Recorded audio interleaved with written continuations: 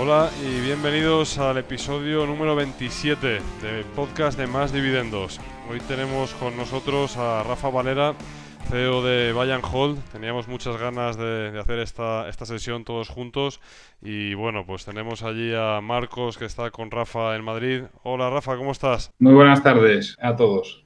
Te hemos liado para venir aquí a sufrir al podcast. Muchas gracias a vosotros. Espero no aburriros. No, hombre, no, ¿Eh? seguro que no.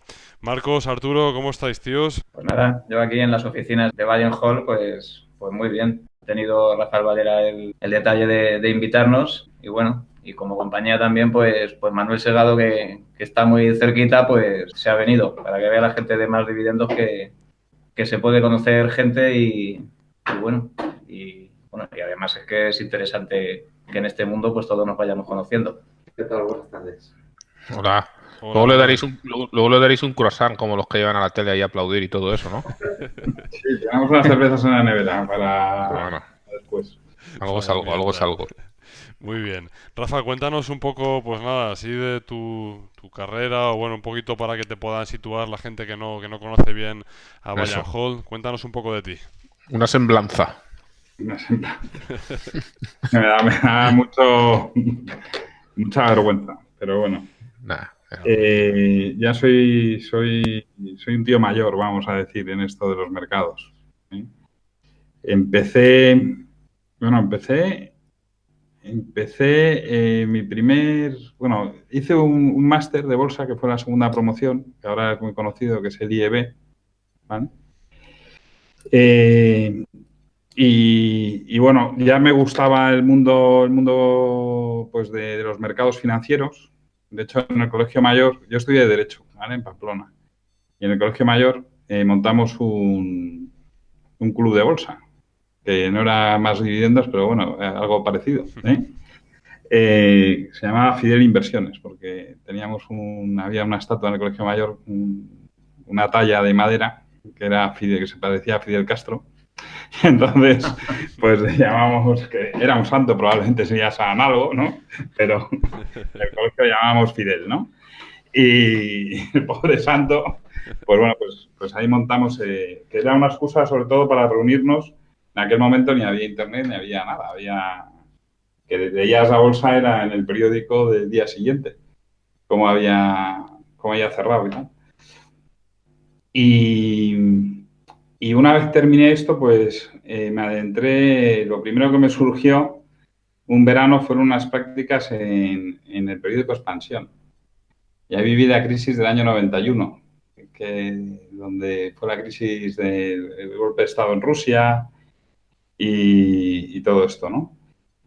Y de ahí me fui a la mili, que en aquella época era obligatoria, no era un tema voluntario. Yo también la hice, ¿eh? O sea, fíjate si soy viejo, o sea, yo. Y después de esto empecé en un broker de bonos. En aquel momento había cajas de ahorros, había bancos, compañías de seguros, mucho más de lo que hay hoy. Yo quiero decir, cajas ya no queda ninguna, ¿no? Pero bancos, o sea, el propio Argentaria no era Argentaria, era Caja Postal, Banco Exterior, Banco de Crédito Local. O sea, había una infinidad de agentes, vamos a decir, de jugadores. No tanto gestoras había, pero muchas menos gestoras que las que hay hoy, pero sí había mucha entidad financiera. Y entonces ahí se movían, pues había un mercado que era telefónico de bonos, ¿no? Y hoy muchos de los gestores, o algunos de los gestores que hoy hay en los fondos de inversión españoles eran clientes míos que llevaban carteras, por ejemplo, pues me estoy acordando de uno, que no diré nombres, pero que llevaba la cartera de Paribas, porque estaba BNP, pero también estaba Paribas. Y este era de los mejores, que es uno de los mejores gestores, yo creo, también de renta fija. Y bueno, luego pues estaba Citibank, tenía su tesorería en Madrid, que la llevaba también, estaba pues un buen gestor que conoceréis, que es Hernán Cortés, que está con Rafa Peña. Rafa Peña estaba en el Central Hispano. Bueno, pues como veis, el mundo, es decir, que viene de muy lejos, ¿no? Y toda esta gente, pues bueno, pues nos comprábamos y nos vendíamos bonos. básicamente. Y de ahí caí en un cliente mío era AB Asesores, y ahí me encontré con Julián Pascual, que soy pues uno de mis socios. Juliana estaba en AB Asesores haciendo análisis de bolsa y yo estaba en la mesa de renta fija, donde teníamos una cartera de cuenta propia, que lo que hacíamos era comprar bonos corporativos contra deuda española. Y luego llevábamos también clientes, llevábamos compañías de seguros, mutualidades. Ahí ya era un cliente más final que bancos, vamos a decir. Y bueno, a Julián me lo encontré también por la universidad. No se acuerda de mí en la universidad, yo de él sí. Porque claro, tíos que estudiaran filosofía y letras y luego te los encuentres en AB Asesores, pues te llama la atención. Bueno, se dio un barniz por el IES en Barcelona era una buena escuela. El jefe de Julián era Juan Antonio Beltrán, que hoy yo creo que es el presidente de Cartesio, fundador de Cartesio. Vamos, que al final, como veis, todos podría seguir diciendo nombres, no quiero decir más nombres porque me da apuro. Gente joven. Y entonces ahí nos compra Morgan Stanley y Julián por su cuenta y yo por la mía, pues bueno, pues nos pareció muy bien, pero nadie nos había consultado por qué nos parecía, ¿no? Que nos vendieran como... Yo en aquel momento hice un símil porque claro, los que vendían estaban muy contentos, los que compraban probablemente también, pero los que estábamos ahí en la cuadra, que decía yo, pues oye, pues éramos parte de los caballos que nos habían vendido, pero bueno, pues decidí cambiar de ganadero y me fui a un banco que en aquel momento el nombre comercial era Warburg Dillon Reed, que era VS, justo unido a otra crisis, o sea, ahí esto se vendió a AB Asesores en el año 99, la crisis del Long Term Capital fue en el año 98 y había un banco que se llamaba Swiss Bank Corporation, que ya nadie se acuerda, pero era pues el segundo banco más grande de Suiza, que se fusionó con UBS y hicieron pues el banco más grande de Suiza, pero de la mano de dos, porque claro, el Long Term Capital, uno de los accionistas principales era UBS.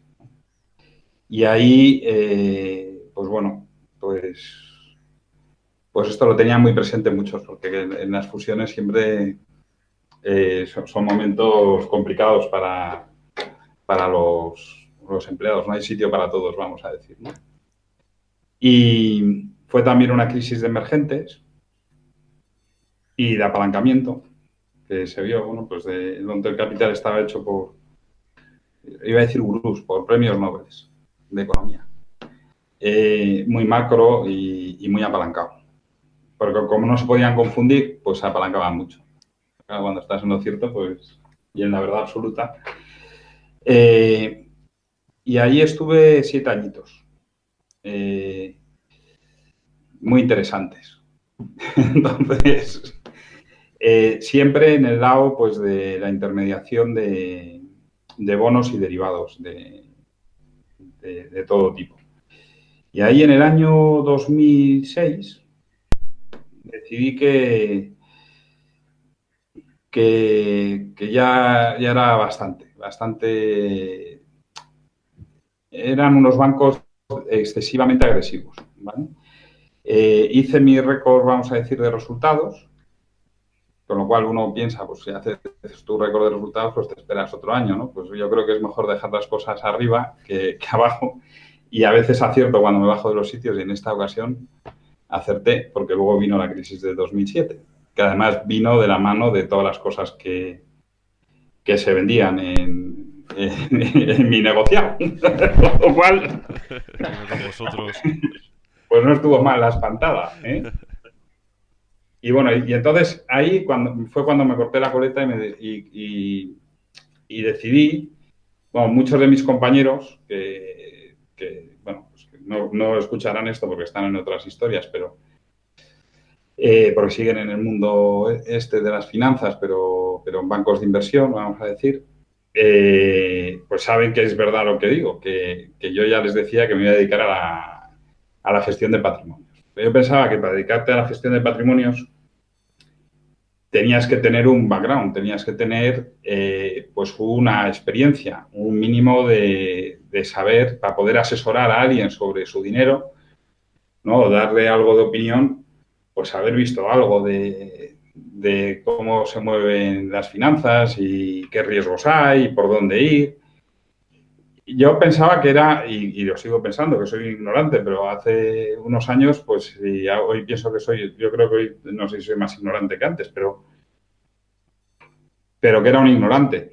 Pero cuando me introduje en el mundo de la banca privada, joder, creía que era doctor honoris causa.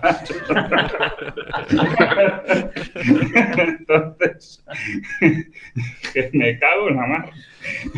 Ahí sí que me eché las manos a la cabeza y me quedé hartamente preocupado de lo que había. De la fauna, sí, que galopaba por estos mundos de Dios. Y por ahí pues pasé por varias casas de banca privada.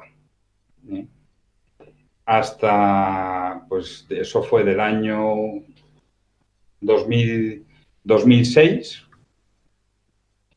Del 2006 a hace 2 años y pico que comenzamos este proyecto. O sea, la friolera de 2007, pues van 10, 12 años. Sí. Sí, 12 añitos. Son los suficientes como para haber pasado por las distintas ganaderías de todo tipo, intentando dar la vuelta a distintos proyectos. Muchos les dimos la vuelta y cada vez pues más metido, más enfocado en la gestión. Entonces, en el año 2010, en el año 2009, veo que los mercados de crédito se habían pegado una castaña muy, muy importante en el año 2008. Hasta 2007 se comienza. Como venía del crédito, yo sí leí muy bien los problemas que se anunciaban en Estados Unidos. Sí cogí el flavor, el sabor el olor de lo que aquel tufo empezaba a rezumar, ¿vale? Porque yo sí sabía que era Bernstein, yo sí sabía lo que era Lehman, o sí sabía lo que era Merrill Lynch. No es que supiera, es que me había entrevistado con todos esos bancos y conocía a los colegas, o sea, sabía lo que allí se cocía. No es aquello o sea, no sé, no sé, se me vienen nombres a la cabeza que la gente dirá, pues qué antiguo es este tío, ¿no? Pero Bankers Trust, pues se lo quedó Deutsche Bank pues hace un montón de años, o PaineWebber, pues era un broker que compró UBS cuando yo estaba por allí. Es decir, hay muchos nombres que la gente normal de una sucursal bancaria ni te suena, ¿no? Y un Bernstein es que ni le suena ni qué tamaño tenía ni qué tipo de banco era, ¿no? Entonces, y un RMBS, o sea, al final una Asset-Backed Security, pues lo tenía más que claro, ¿no? De qué se trataba y un CDO lo tenía más que meridiano. O sea, los CDOs y el margen que me dejaban si los vendías, pues los tenía también muy interiorizados. O sea, yo como era de letras, de derecho, pues no me salían bien las matrices estas de correlación y de rating, de todo, de 100 triples A es un triple A y de estas cosas, no me cuadraban. Y sobre todo no me cuadraban el beneficio que daba si yo vendía aquello.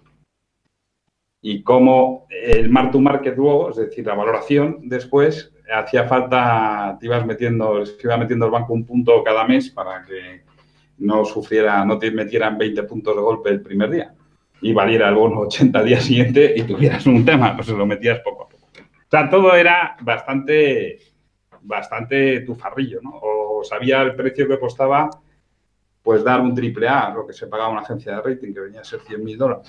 Entonces, con eso te hacías más o menos una idea y con los volúmenes que se movían, de que la historia no era esto no va a afectar, esto va a afectar. Y entonces en el 2008, pues preservé el capital en una cosa tan sencilla como eran pagares de Banesto al 4%. Y en el 2009, que sí que vi que fueron la primera vez que empecé a comprar, hablo a título personal. Yo hasta entonces, cuando trabajas en banca de inversión y además te pagan con acciones, con opciones sobre acciones, coger más exposición sobre... El otro día joder, es que no puedo decirlo, pero el otro día fui a ver aquí al director financiero de una de las compañías más grandes de este país y me dijo que todo su dinero estaba en la compañía, que además no cotiza. Y le dije, bueno, no te preocupes, que yo intuyo que algún día cotizará y bueno, ya te podrá hacer cliente. Pero claro, la exposición que tiene ese hombre no solamente es su trabajo, sino que además todo su patrimonio está en la compañía. Y ahora estamos viendo quebrar... Pues, Qué locura, ¿no? estamos viendo concursar compañías bastante gordas, ¿no? Hoy se me viene a la cabeza SEAS, ¿no? Pues bueno, dices, bueno, pero es que es así. Es decir, que lo que estoy contando me ha pasado la semana pasada, ¿vale? A Arturo le encanta SEAS. Sí, sí. Bueno, no es que me encante, pero he tenido un par de amigos muy buenos que se metieron ahí en Sears, ahí hasta, o sea, bastante fuerte, y yo les dije, yo creo que os estáis equivocando ahí de mala manera, vamos. Todo porque Bruce Berkovich la puso de moda. Y Eddie Lamper, que también era otro crack de los hedge funds así. Y ahí están, ¿no? Y bueno, ¿ha quebrado del todo ya? Bueno, sí, hoy decían el Chapter 11, ¿eh? ¿O cuál es Sí, el ¿no? capítulo Pero 11, ¿no? Decían. Chapter 11 es ordenado todavía, es que esperan... No sé, me lo estoy inventando, no sé el Vale, chapter vale. que iban a elevar, pero... Decían que había sido un bono de 150 millones que hoy ya, que cumplía y como no había algún tema de eso, vamos, pero he leído en diagonal, ¿eh? A mí, o sea, me da un poco igual.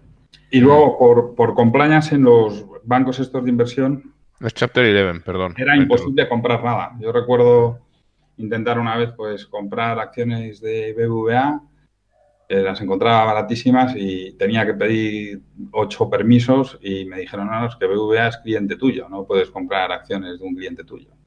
Yo, pues nada, como si yo, porque fuera cliente mío, fuera a saber lo que iba a hacer el banco. Pues al final invertías en fondos y en inmuebles. ¿Para qué ibas a...? Es decir, al final lo que no ibas a hacer es comprar más acciones de tu banco y luego comprar bonos, pues tampoco en ese momento los veía que estuvieran muy, muy allá, pero es que el 2009 era tirar a pichón parado. Entonces, pues ahí hicimos muy, muy buen performance en los bonos. En las carteras que gestionábamos, pues también. Y entonces montamos una SICAV en el 2010. Se llama Pigmanor. En julio del 2010. Y la pudimos montar por el buen performance del 2009. O sea, me encantaría que estuviera ese performance hecho.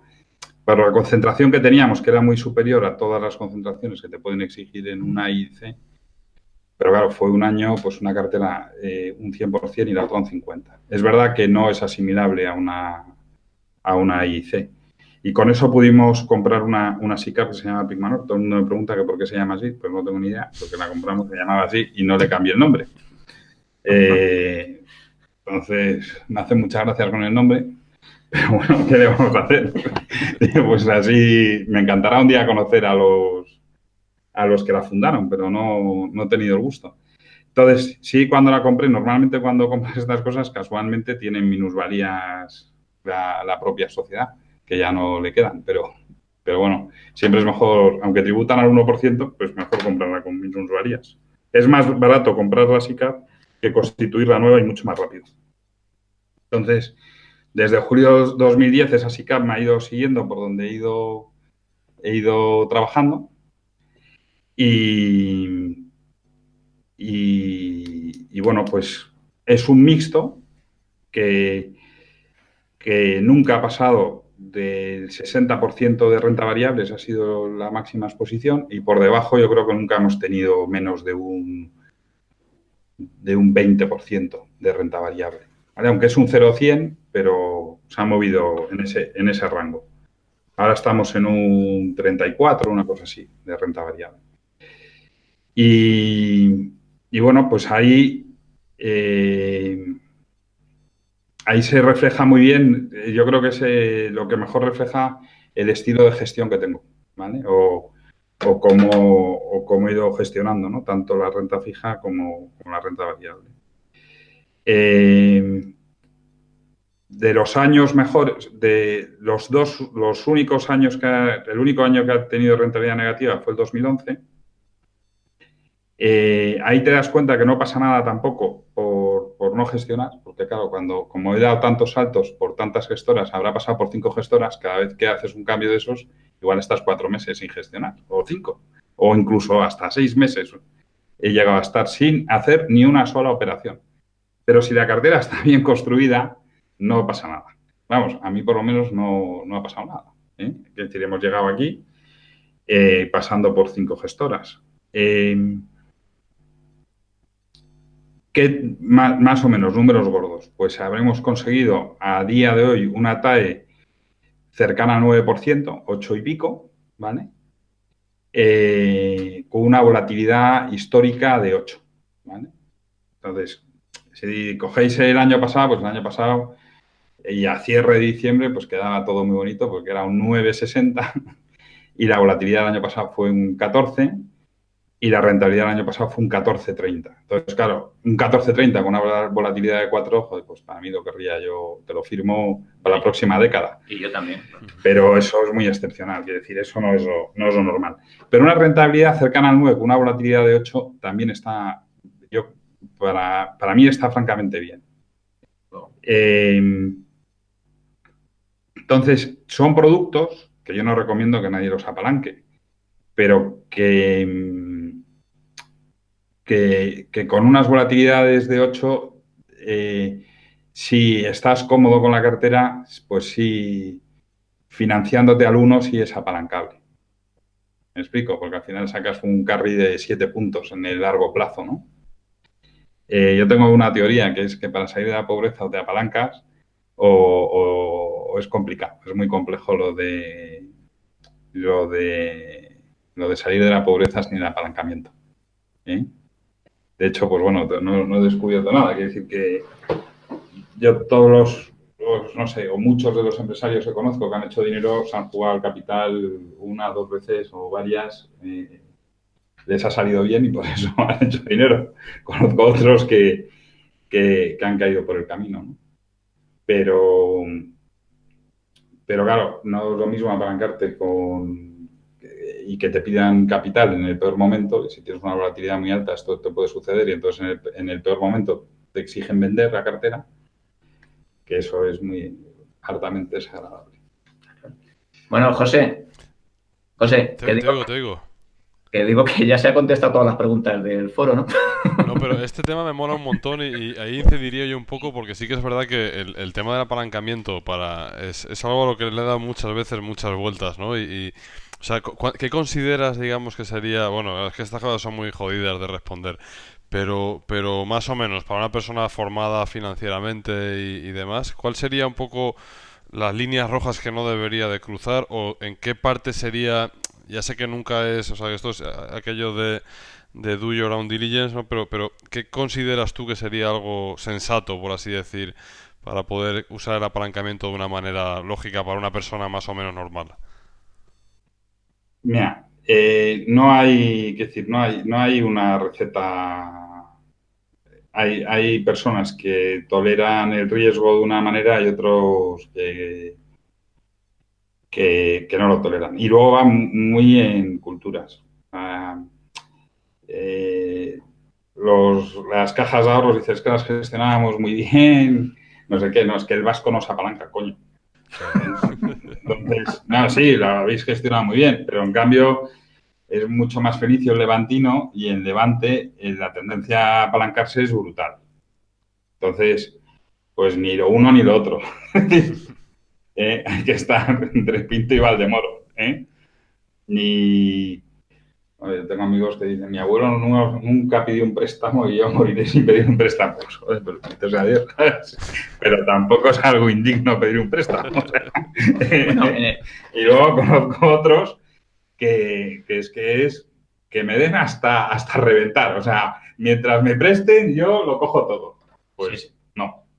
Fíjate que es una cosa que estamos aquí muchas veces preguntando, porque el año pasado ING, los préstamos personales, puso ahí al 2% hasta 60.000 euros ahí 2-3 días, que nos quedamos, no, vamos, unos cuantos, y además yo creo que lo comentamos incluso en el foro, nos quedamos ahí pensando y diciendo, joder, un 2%, no digo que lo cojas todo, pero algo... Es que lo que ha dicho Rafa del carry es que esa es la parte básica, coño. Es que ahí sí consigues un buen...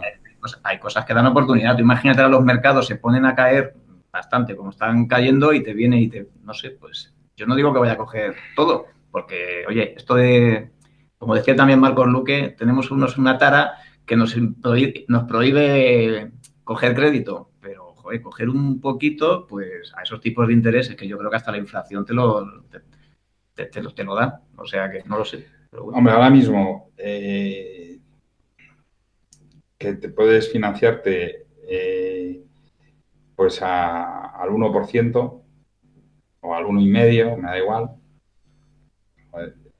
Sinceramente, yo creo que tampoco es un benchmark que te pongas muy agresivo el batir el 1,5%, ¿no? Claro, desde luego. Sí, desde luego, es que tiene todo el sentido. Digo, bueno, te puede salir mal, bueno, pues bendito sea Dios, pues te ha salido mal, pues no pasa nada, el año siguiente ya te saldrá bien, ¿no? O sea, ¿no? Pero es que llevamos bastante tiempo con tipos muy, muy, muy bajos. ¿No crees que igual también el hecho de que quizá también los españoles muchas veces el tema de tener hipotecas también, pues quizá cena un poco esa capacidad de... Pero al final mucha parte de tu apalancamiento ya te viene con el ladrillo. Parece que estamos preprogramados para ello, ¿no? Igual también tiene que ver. Claro, es un equilibrio de todo, o sea, hay que ver todo y luego la capacidad de ingresos, la capacidad de aguante, el conocimiento, son muchas cosas. El O sea, otro yo no día... recomiendo a nadie que se apalanque, No, a claro. nadie, a nadie. Hablábamos también que con el tema de los utilities sí que es verdad que son flujos de caja, entre comillas, bastante predecibles en algunos casos y que bueno, que sí que es verdad que pues lo hemos hablado, los ejemplos más claros aquí un poco en España, que quizás no son los mejores, pero eran pues una red eléctrica o Enagas o lo que sea, que en principio son como más... Pero en Estados Unidos pues también habían bastantes compañías de este tipo que bueno, no son negocios regulados allí, pero están bastante cerca de tener unos flujos un poco estables. Quizá también sería, a veces lo hemos comentado entre a petit comité, que era un buen momento quizá para poder hacer alguna jugada de este tipo. Sí, bueno, yo he visto también grandes equivocaciones. Sí, ¿verdad? Sí, que, bueno, pues mira, ¿cuánta gente nos habrá pillado en Banco Popular apalancado con los dividendos y no sé qué? Claro, claro. Y luego están todavía pagando el crédito. Sí, sí. Eso también es una parte Ni uno ni dos, ¿eh? muy complicada. La verdad es que cada caso hay que estudiarlo mucho y tener muy claro dónde vas a meter la pasta, porque en un momento determinado te viene un susto de ese tipo. Pero bueno, si es un ratio razonable más o menos, yo creo, y tú crees que puedes controlar bien la situación, pues igual tampoco, pero Mira, yo de lo que, no sé si al hilo, pero ya aprovecho el que ha sacado el tema de las hipotecas y esto. Y tengo aquí a Marcos a mi izquierda que sonríe. A veces, tú imagínate que una hipoteca, ¿vale? Vamos a poner una hipoteca, que nadie se ofenda, ¿eh? Una hipoteca en León, por ejemplo. Una casa en León, un señor hace una hipoteca en el año, pues, de 2007. ¿En qué situación? Hoy, claro, con el retrovisor esto es muy fácil decirlo, ¿no? Y otro lo hace en Madrid, vamos a suponer, ¿no? El barrio de Chamberí. Con el retrovisor, desde luego, la de León, estaríamos todos de acuerdo, que en el 2007 hubiera sido mucho mejor haber sido el prestamista. Imaginaros que el comprador en los dos casos es un notario. Notario, ahora dicen que no ganan dinero, pero antes ganaban mucho dinero.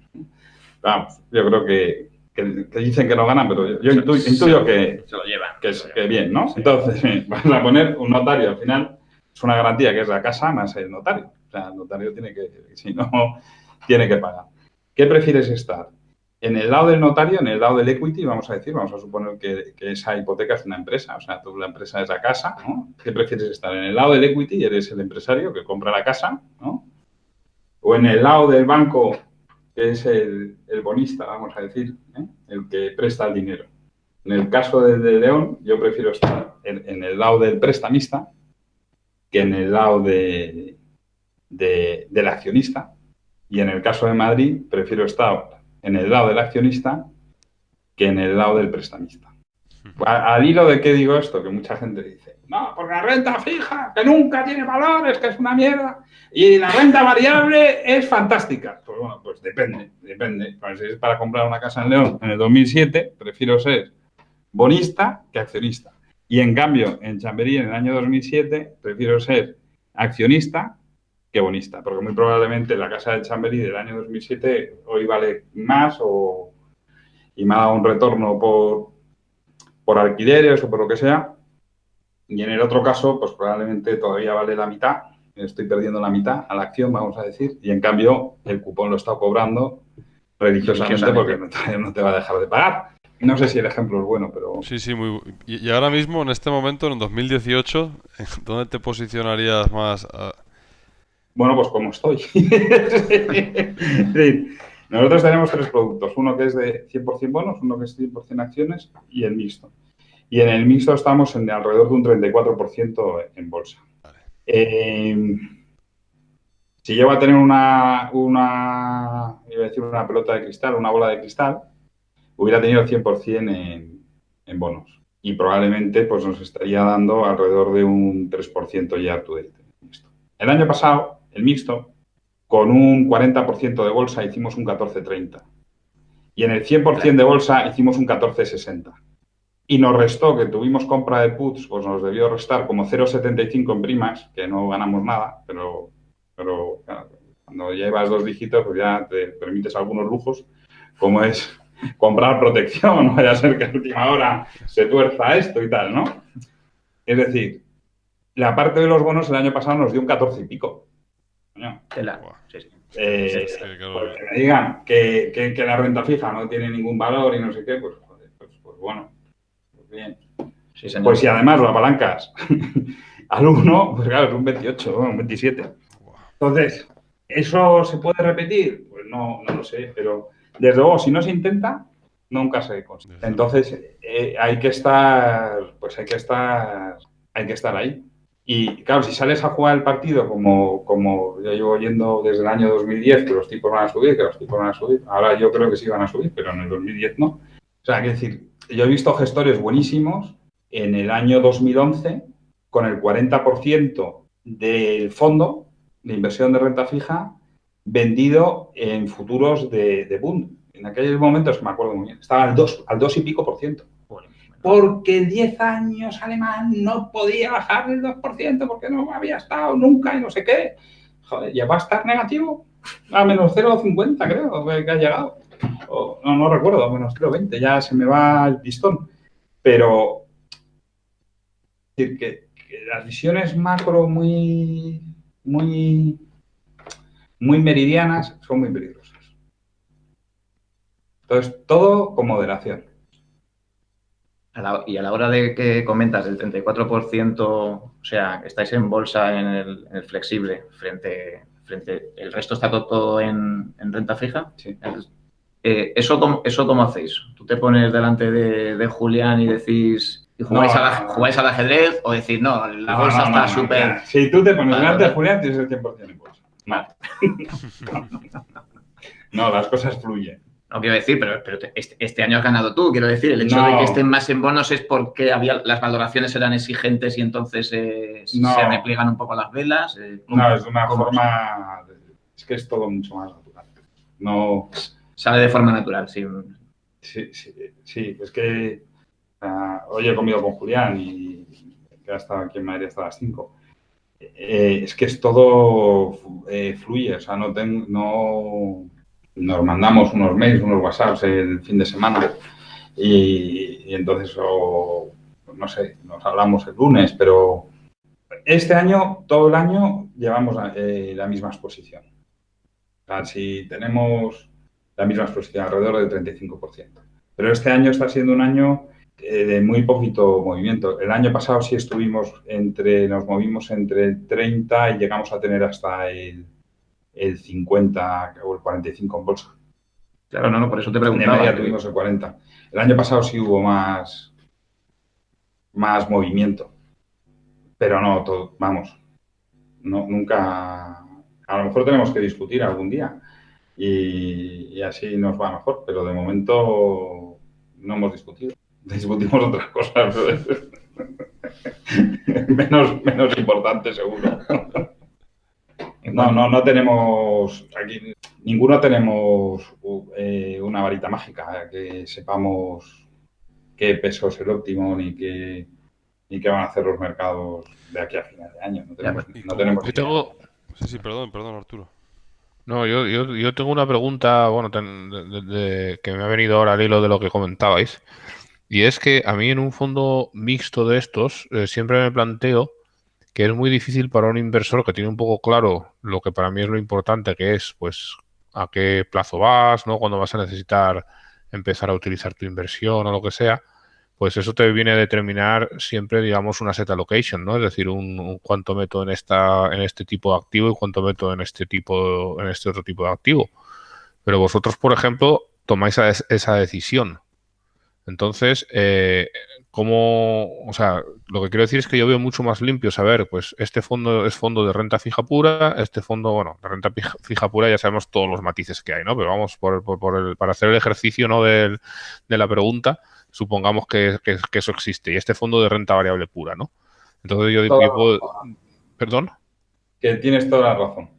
Claro, Cuando entonces... yo me dediqué a la banca privada y gestionábamos carteras de fondos, porque hacíamos carteras de fondos, pues lo que se llama ahora la gestión discrecional de carteras, que eran fondos de inversión. Siempre dije que nunca compráramos un mixto, porque era un lío saber qué peso tenía y yo quería saber en cada momento, ¿no?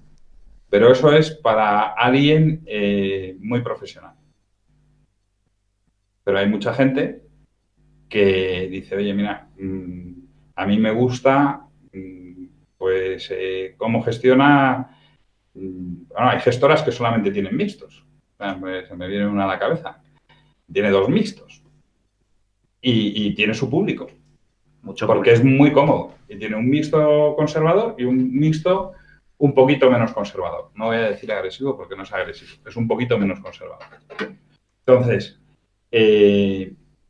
yo creo que ahí hay mucha gente. O sea, yo pienso que con nuestros 3 productos de Buy and Hold, un tío que tenga 40 millones de euros puede tener sus 40 millones perfectamente diversificados. Perfectamente. Y de ahí para abajo. Un tío que tenga 1.000 millones, pues te digo, pues no. O sea, ya no, ya probablemente es, pues oye, usted tiene que comprarse el ETF del MSCI World y no sé, y alguna otra cosa, no lo sé. Lo veríamos dependiendo del perfil, pero por eso quedan pequeños nuestros fondos. Pero para 40 millones para abajo, sin ningún problema. Entonces es dependiendo del horizonte temporal. Oye, mi horizonte temporal son 3 años o 4 años, pues el mixto. Mi horizonte temporal son 18 meses, el renta fija.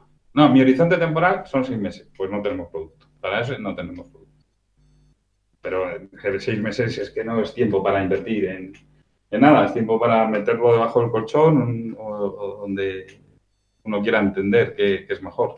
De hecho, esos tiempos que comentas son los que habéis puesto cuando sacasteis la gestora en los fondos de inversión, que devolvíais las comisiones en el caso de que no se hiciera pasta, que me parece una decisión. No nos da ningún miedo devolverlas, porque nos parece que es hacer el ridículo si nos toca devolverlas.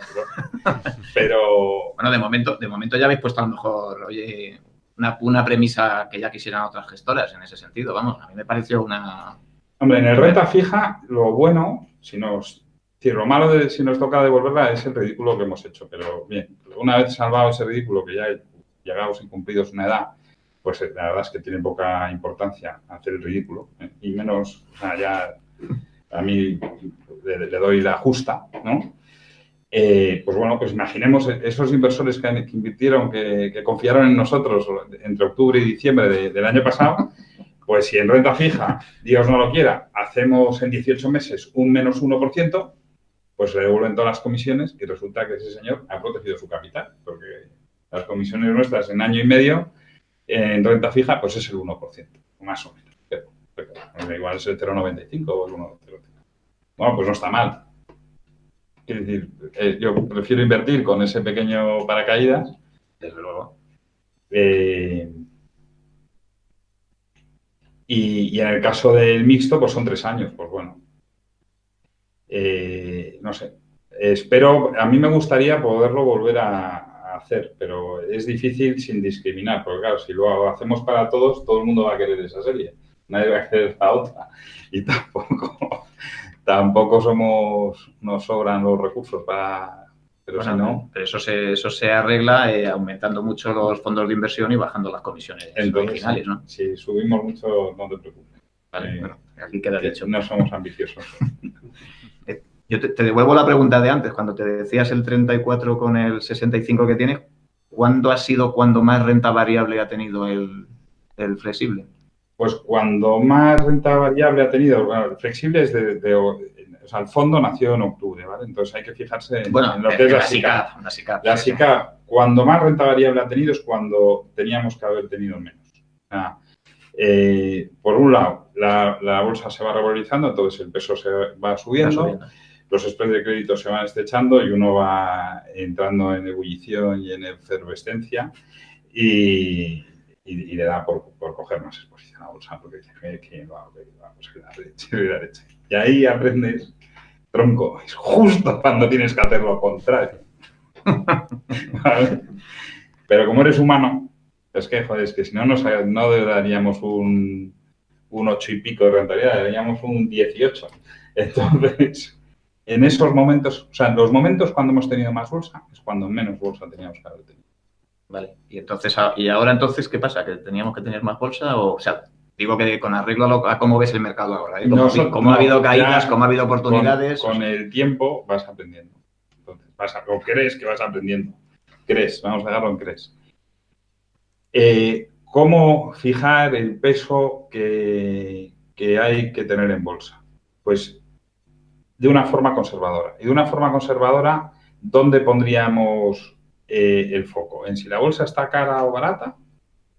¿O en el retorno que me dan los bonos? Pues yo te digo, en el retorno que me dan los bonos. Si los bonos eres capaz de construir una cartera que te parezca razonablemente sólida, donde el gestor sea capaz de seguir pidiendo prestado e invertir, como es el caso, entonces, porque si no, no la construyo, o sea, entonces, pues tienes más bonos y tienes menos bolsa. Esto no es matemática pura. Nosotros ahora estamos en un 35, en un 34, 35%.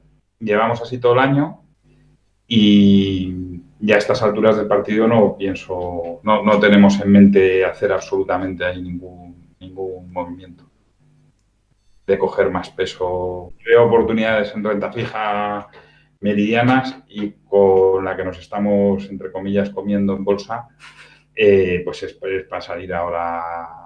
Es decir, que estas caídas de bolsa, como no veo el motivo de por qué, o sea, razonable de por qué son y nada, pues con mucha paz. Yo no sé si el retorno nos va a venir en diciembre o me va a venir en enero. Prefiero que en diciembre, porque todo el mundo hace una foto a final de año y te saca ahí, el ranking, no sé qué, tal. Pero bueno, si es en enero, pues bendito sea Dios. ¿Y a partir de qué rentabilidades miras? O sea, quiero decir, por debajo de un 3 no las miro. Dependiendo de la inflación, ¿qué haces? No, en el mixto... Inflación más 3... En el mixto, por debajo del 3 creo que no hay nada. Yo te diría que por debajo del 4% no hay. Pero tienes una fórmula también, quiero decir, ¿la inflación es poca, 4, o es simplemente tal y como está el mercado? No, la inflación está al 2. Entonces, para coger riesgo y no tener nada de recompensa, pues para eso lo tengo en la Lo caja. tienes Lo en que la pasa es caja. que en la caja te cobran. Te cobran, claro. Te cobra alrededor de un 1%. Entonces la caja quema bastante. Pero es que en el mixto, ¿vale? Que es un animal a 3 años. En el renta fija sí invertimos en cosas incluso al 1 y pico. Al 1 y pico. Cercanas al 2. O sea, tenemos muy poquitas cosas por debajo del 2%. Muy poquitas. Algún pagaré que paga el 1,80, algún bono cortito, pero muy poquitas. José, Arturo, preguntad, que yo como lo tengo aquí delante ya estoy acaparando. No, yo un poco la pregunta de antes que no sé si no he logrado, bueno, transmitirla bien, porque, bueno, realmente nosotros, pues la mayor parte de la gente que nos oye no tiene 40 millones para meter en un fondo, ¿no? O no tiene, o sea, es gente que son pequeños ahorradores, ¿no? Como yo mismo, como... 40 millones, Arturo. Claro, Creo. claro, pero lo que quiero decir es que vamos metiendo y tenemos un horizonte, como decía antes, y tenemos, pues en base al horizonte y al estómago que tiene cada uno, pues cada uno decide su asset allocation, ¿no? Cuánto mete a renta fija y cuánto mete a renta variable, digamos, por simplificar mucho. Entonces, claro, yo sigo viendo para clientes como el que tú dices, pues sí tiene mucho sentido, pero para clientes grandes, pero para clientes pequeños me sigue costando bastante, ¿no? De entender el cómo un fondo mixto le vale, ¿no? Es decir, Hay gestoras que solamente, te repito, solamente viven de los mixtos. O sea, que Ay, todo perdón. su producto es mixto. Y se me viene a la cabeza 2 gestoras. Ya, pero que lo hagan, Una o sábado sea, y Cartesio. Que yo sepa solamente tienen mixtos. Y sí, pero esto tampoco quiere decir que sea útil, ¿no? Es decir, No, lo que está diciendo Bueno, Arturo es que pues no creo que ninguno de los que han fundado esas gestoras, que podían haber elegido, oye, pues vamos a hacer un fondo de emerging markets, o un fondo solamente de equity, o un fondo solamente tesorero, han hecho justo los dos mixtos.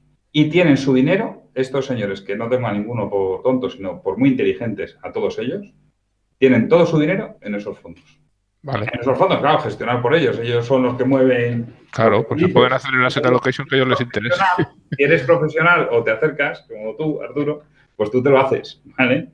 Pero la inmensa mayoría no se quiere ocupar de esas cosas. Se quiere ocupar de, yo qué sé, de los bonsáis o de los tomates o de sus nietos o de lo que sea. Y que alguien se ocupe de eso. Bueno, pero yo creo que es que nosotros estamos un poco pugnando, ¿no? Porque la gente sepa al menos, ¿no? Es decir, cuándo va a querer tener su dinero y esa mínima división, ¿no? Es decir, y precisamente me parece uno de los temas que pues es más erróneo son más erróneos de subcontratar, ¿no? Porque yo creo que casi es lo más Pero importante. era otra gestora más antigua y de más pedigrí que gobernaba un señor que se llama Parames, que es Bestinver, y tenía el Bestinver mixto internacional. Sí, pero esto yo creo que lo tenían por el tema de oferta y demanda, ¿eh? Es decir, porque porque había gente que se lo pedía y dijeron, bueno, pues si tenemos el dinero ahí, la comisión ahí a flor de la mano, digamos, es decir, pues no somos tan tontos como para dejarlo pasar, ¿no? Yo los tengo un poco más ortodoxos y creo que si pensaran que no tiene ningún valor el producto, no lo hacen. No, aparte de que a lo mejor es que el mercado tiene su mercado. O sea, quiero decir, es que tiene una, Es lo que tiene una demanda. Yo Arturo, es lo que acabo de decir. Claro, pues Por Que se ejemplo, hacía porque era como recoger dinero gratis, vamos, ¿no? Porque como hay gente, para que se lo lleve otra gestora, pues me lo llevo yo, ¿no? Arturo, te Pero digo.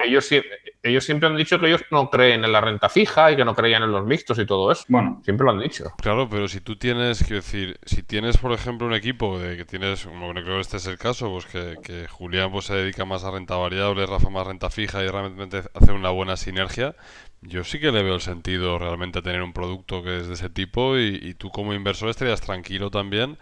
Que decir, habría que, lógicamente sí que me ha parecido interesante el tema de cómo se toman las decisiones, que eso entiendo que también puede, pero si tú realmente confías en el criterio, al final no deja de ser más o menos la misma apuesta que haces cuando confías en un equipo de 3 analistas de renta variable, o sea, de 3 gestores de renta variable que estén trabajando juntos y que toman decisiones también más o menos en función de... Yo lo veo bastante similar, vaya, no sé desde fuera, ¿eh?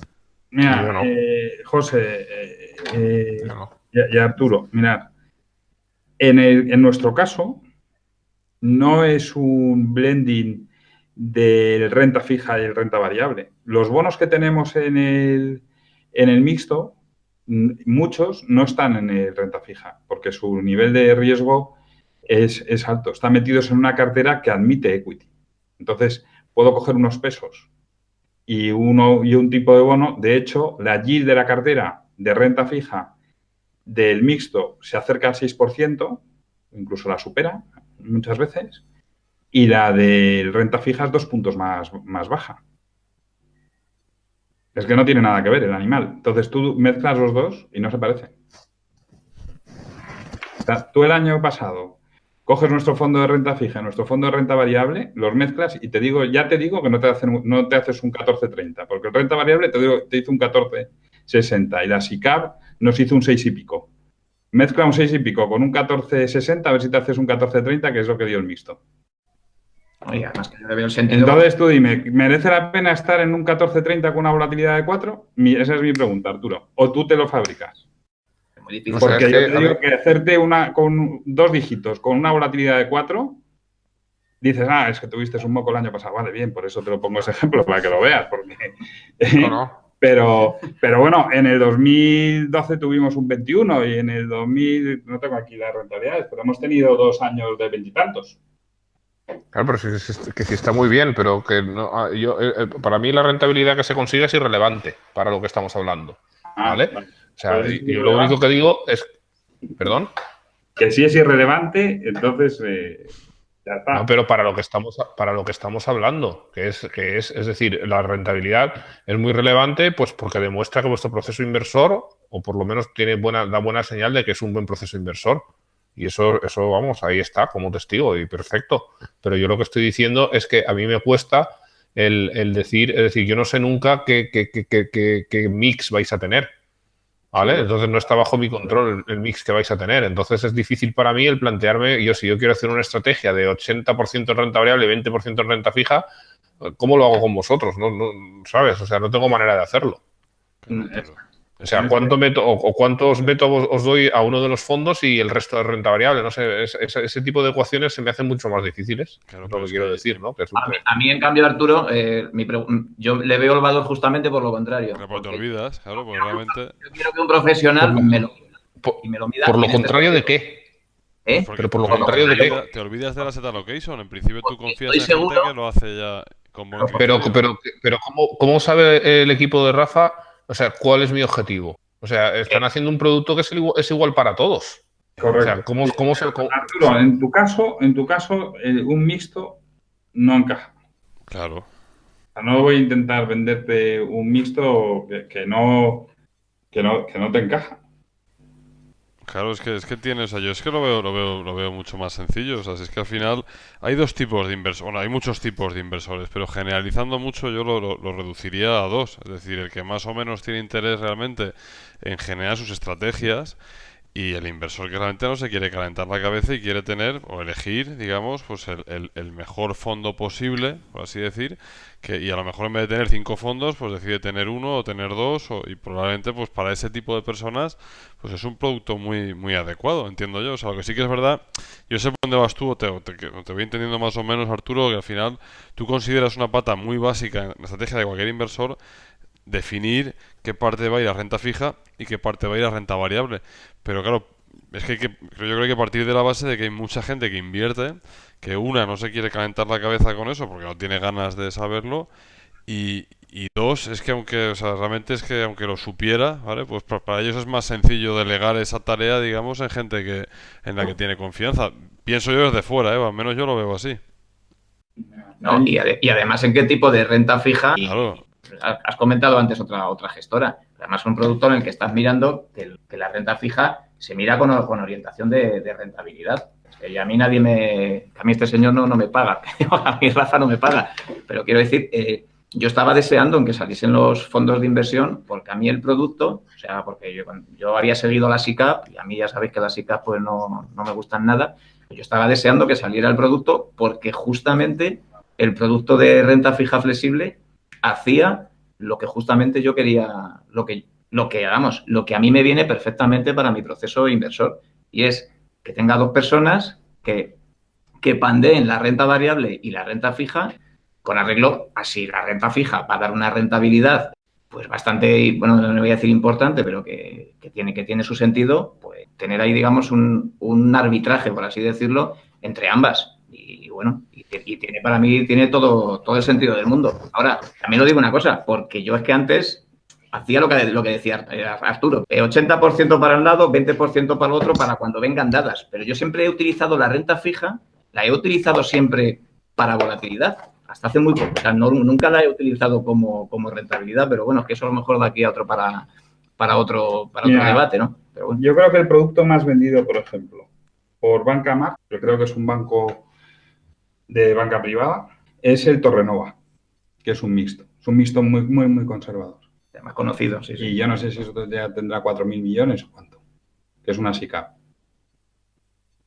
Y no creo que tenga ningún producto que lo haya vendido más que ese. Es decir, que indudablemente hay muchas personas, y ahí estoy convencido, que ahí hay clientes de 40 millones.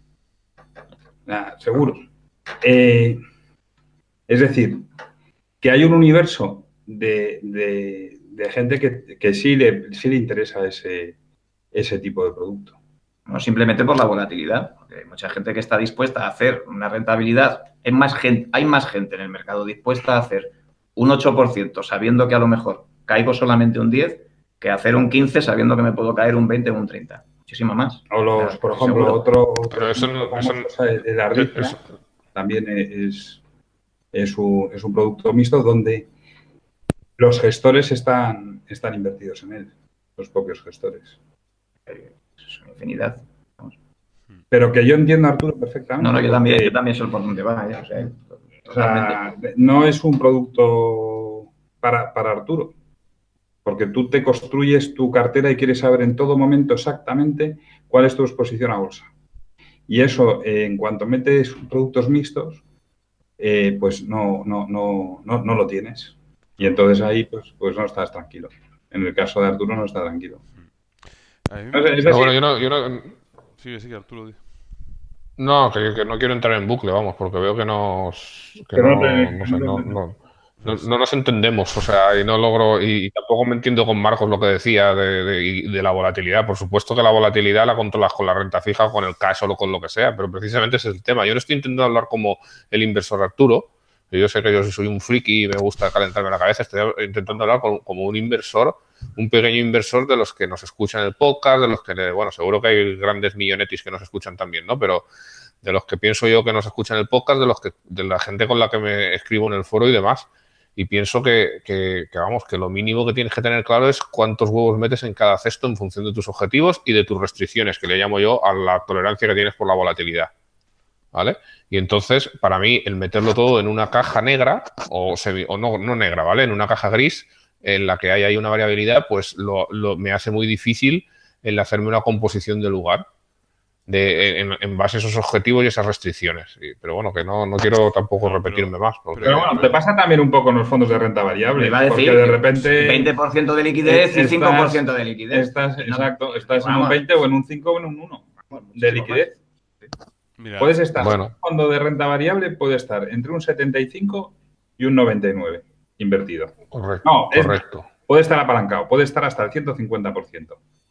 Sí, bueno, pero ya si sabes al que vas, o si te vas a gestión pasiva, ¿vale? O sea, si sabes al que vas, porque hay gente que dice, no, nosotros vamos a estar invertidos siempre al 100%, ¿no? Aunque en el folleto por ley ponga que podemos estar al 75%. Y sabemos todos quiénes son, ¿no? Y porque creen que el mejor momento para invertir es ahora. Siempre creen eso. Entonces, pues con eso pues te quitas esa ecuación de en medio, ¿no? Ahora que me dijerais, nosotros que somos el retorno absoluto y tal, pues vale, ahí ya no digo nada, ¿no? Es decir, porque sabes que tienes ahí una parte ahí que lo dedicas a eso y como va muy bien siempre, pues ya está. Pero ya digo, a mí desde el punto de vista... Te quitas ya muchos gestores, Arturo, con esa... Claro, sí, no, si es que yo me quito muchos gestores. Te los quitas a todos, no, te lo digo. No, a todos no, tío, a todos no. Vamos, te quitas, pero vamos. Pero es que yo, a Rafa, yo soy... hasta ahora. Que no, tío, que no no te los quitas a todos, que me los voy a quitar a todos, o sea, no digas eso. O sea, tú sabes que hay gestores que me gustan y no me los quito. Y a Rafa... Yo he dicho a muchos. Bueno, y yo, vale, he dicho, pero vamos. Bueno, Te quedan los que te- movemos un Yo- poco hacia adelante, si os parece. Sí, Lo venga. digo porque hay un tema que a mí me llama mucho la atención y me parece que es interesante. Por ejemplo, aparte también venía al hilo de una de las preguntas que hayamos recibido con el tema este de la deuda de Arista y tal, que también salió el otro día. Yo creo que algo que tiene que ser bastante curioso es cuando hagáis un análisis, pues eso, tanto por una parte, ¿no? Como la parte más de renta variable, como por la parte más de renta fija. Y no sé, o sea, creo que se tienen que generar situaciones curiosas, ¿no? O sea, que cada uno tiene una perspectiva de... ¿Esto podrías darnos un poco más de luz sobre esto, Rafa? Sí, bueno, aprovechamos cuando analizamos una compañía para equity, no siempre las compañías en las que estamos invertidos no siempre tienen deuda y no siempre la tienen en forma de bonos y no siempre la tienen en euros. Entonces, pero a veces da la casualidad que analizamos una compañía porque, bueno, pues porque todo el mundo habla de ella. Vamos a poner el caso de Arista, ¿no? Entonces, ya la conoces, ya la conocíamos antes y dices, oye, pues que tendrá esto que tanto gusta. Entonces lo analizas y te das cuenta que es una compañía bastante apalancada y que, bueno, pues que ya tenía que hacer desinversiones y pensábamos pues que haría las desinversiones. Yo tampoco pensaba cuando invertimos.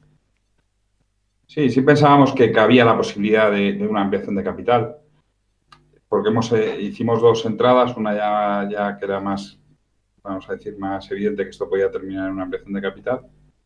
Y ahora yo creo que la ampliación de capital no está en cuestión. Lo que está en cuestión, por lo menos hoy parece, es el importe de la ampliación de capital.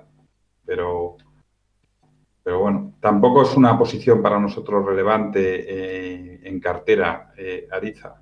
Pesa entre los mixtos igual un 2 y en el renta fija un 1,2, una cosa así. Hemos tenido, pues yo qué sé, hemos tenido bonos en su momento de Lebrans y hemos tenido acciones de Lebrans, de la compañía de Victoria's Secret, o hemos tenido bonos de TK, pero eran en dólares y toda la parte de dólar en bonos nos hemos deshecho de ella porque es muy caro cubrir el dólar y cubrir el tipo de interés. Entonces, estamos invertidos en euros. Esto... Había un momento que era más barato y que era cuando los tipos de interés estaban más bajos en Estados Unidos, Ujú. pero es que han subido sensiblemente este año. Entonces ya coges cualquier cobertura del riesgo dólar, cuando lo pasas a euros y nuestras inversiones son en euros y nuestras rentabilidades son en euros, pues te ves muy mermado. Claro. Al hilo de esto, Dan Gates nos preguntaba, decía que hace tiempo que escuché en una entrevista al gestor Arnold van der Berg, gestión de renta variable, que en épocas de subidas de tipos era bueno tener liquidez y bonos a corto plazo. Me gustaría conocer cómo afrontaría o cómo lo está haciendo ya Rafael como gestor de renta fija la subida de tipos actualmente en USA y en un futuro en Europa. Pues mira, en Estados Unidos, como no acertamos ni una, el año pasado estuvimos vendidos del tibón americano todo el año y no hicimos más que perder dinero. Y ya nos aburrimos y este año es cuando había que estar corto. Pero bueno, lo que sí hemos hecho bien, bueno, no sé si bien, pero este año llevamos desde el año pasado y seguimos este año RQR vendidos de 5 años alemán. Pero es por un tema que irte vendido de un bono en rentabilidad negativa es que te están pagando. Entonces, es un tema de ni jurídicamente ni matemáticamente tiene sentido. Tiene sentido el que, volviendo a lo de las hipotecas y los pisos, que así todo el mundo lo entendemos muy bien, imaginaros que en la calle vuestra donde viváis, las casas se alquilan y por alquilarlas te pagan. O sea, por ser inquilino te pagan. ¿Cómo le explicarías a tus nietos que eso se dio durante unos años y tú no alquilaste ninguna? Pues yo, como no sé cómo se lo explicaría, pues en el caso del bono, que lo que nos queda ahora en negativo es el 5 años, hoy todavía está pues, en torno del menos 0,10, pues estoy ahí como un pichi, sentado, recibiendo el carry, sé que viene a mi favor. Es verdad que hace unas semanas estaba en menos 0,40 y ahí me divierte menos. Pero en el mark to market sufres algo y todo el mundo mira el mark to market, te sabe, te ve en qué puesto estás del ranking y no sé qué. Pero, joder, macho, que te paguen por... Además, es una operación donde no consumo capital. Yo puedo estar invertido toda la cartera en bonos y a la vez estar vendido en 5 años, que además estoy bajando la duración media de la cartera y además recibiendo un carry. Pues eso es la pera. Y ahora hemos vendido un poquito también de 10 años español. De 10 años español, pero básicamente no...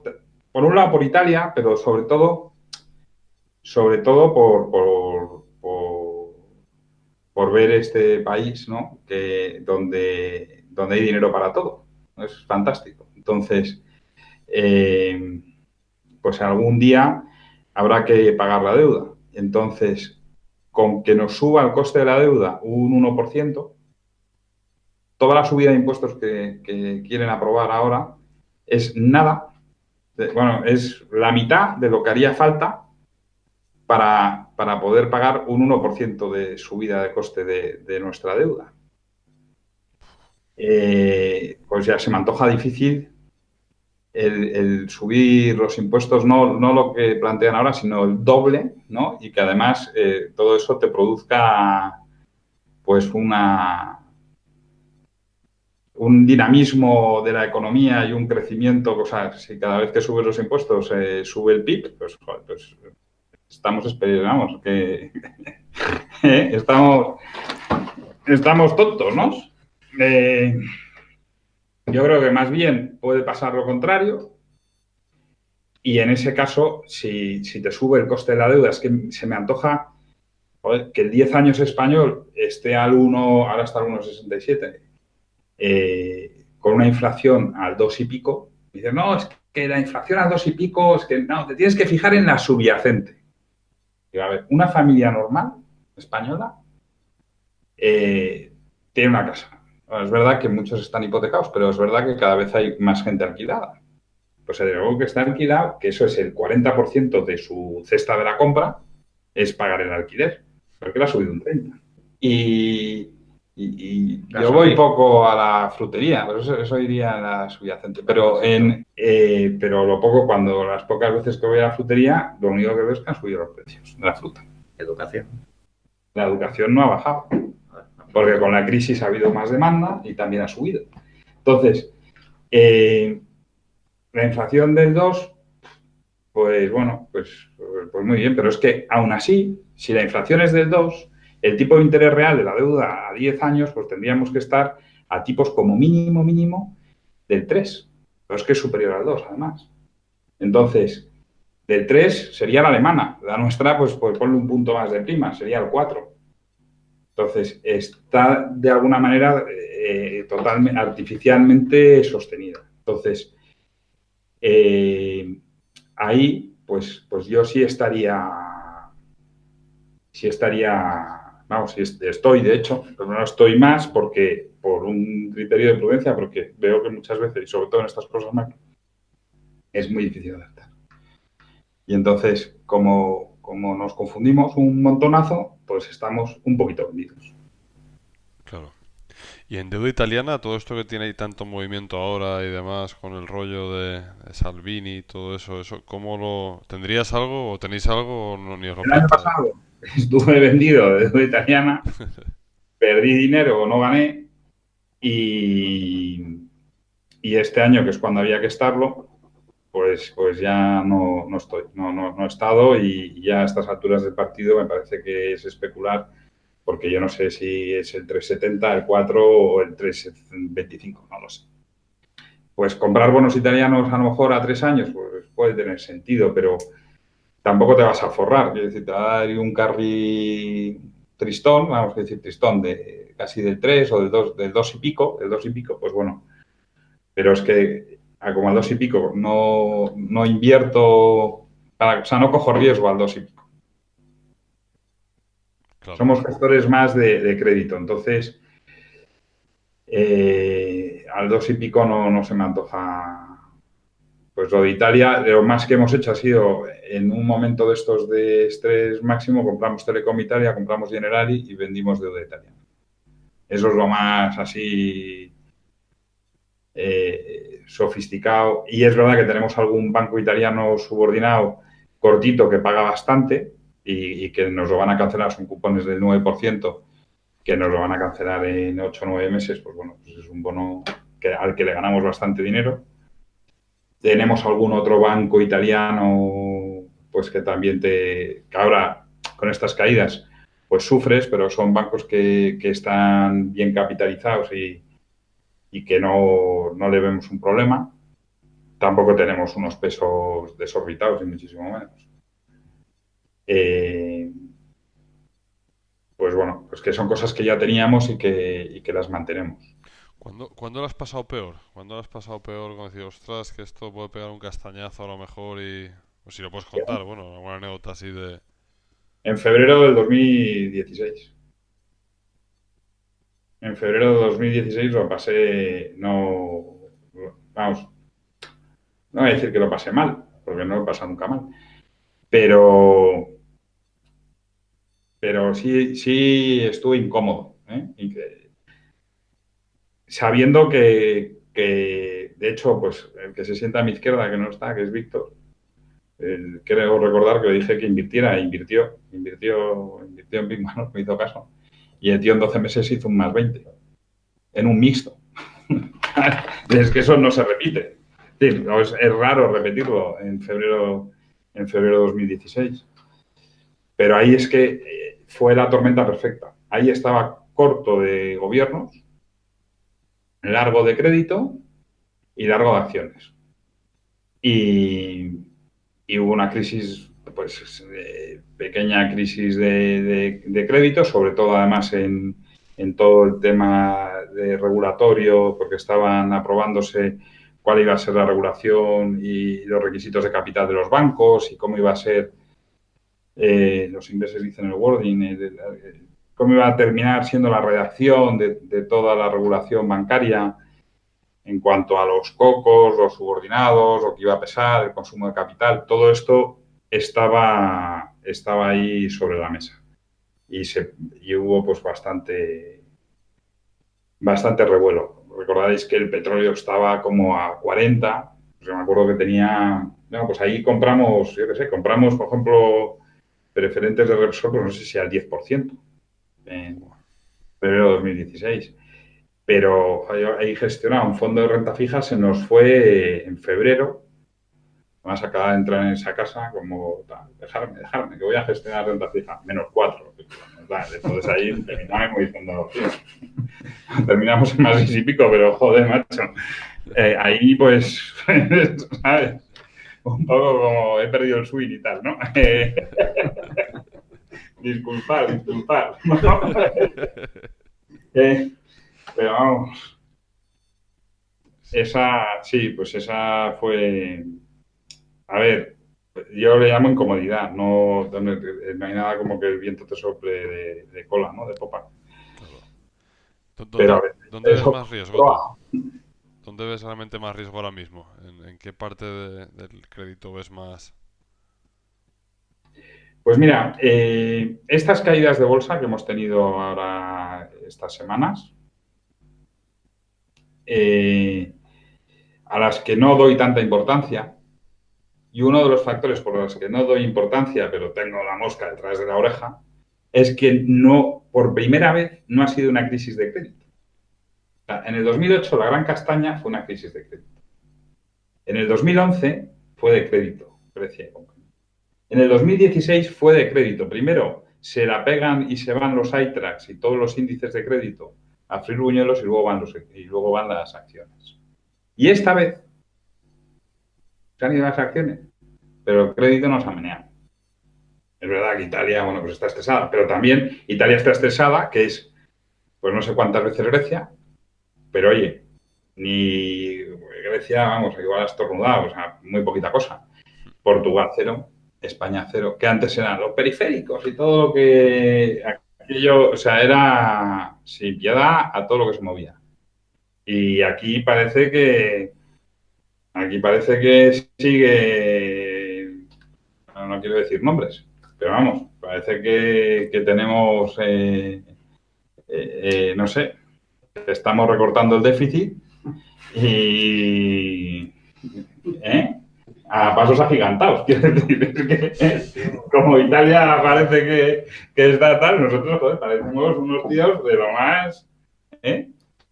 Somos un monasterio. Ha venido Pablo Iglesias para poner orden. Bueno, el mercado no, es acojonante. O sea, cuidado, que vienen, que no sé qué, qué tal. Bueno, pues hayan llegado. ¿Y qué? Bueno, como hizo Tsipras, ¿no? Que también lo arregló todo. Efectivamente, mira los griegos. Oye, ¿y Portugal?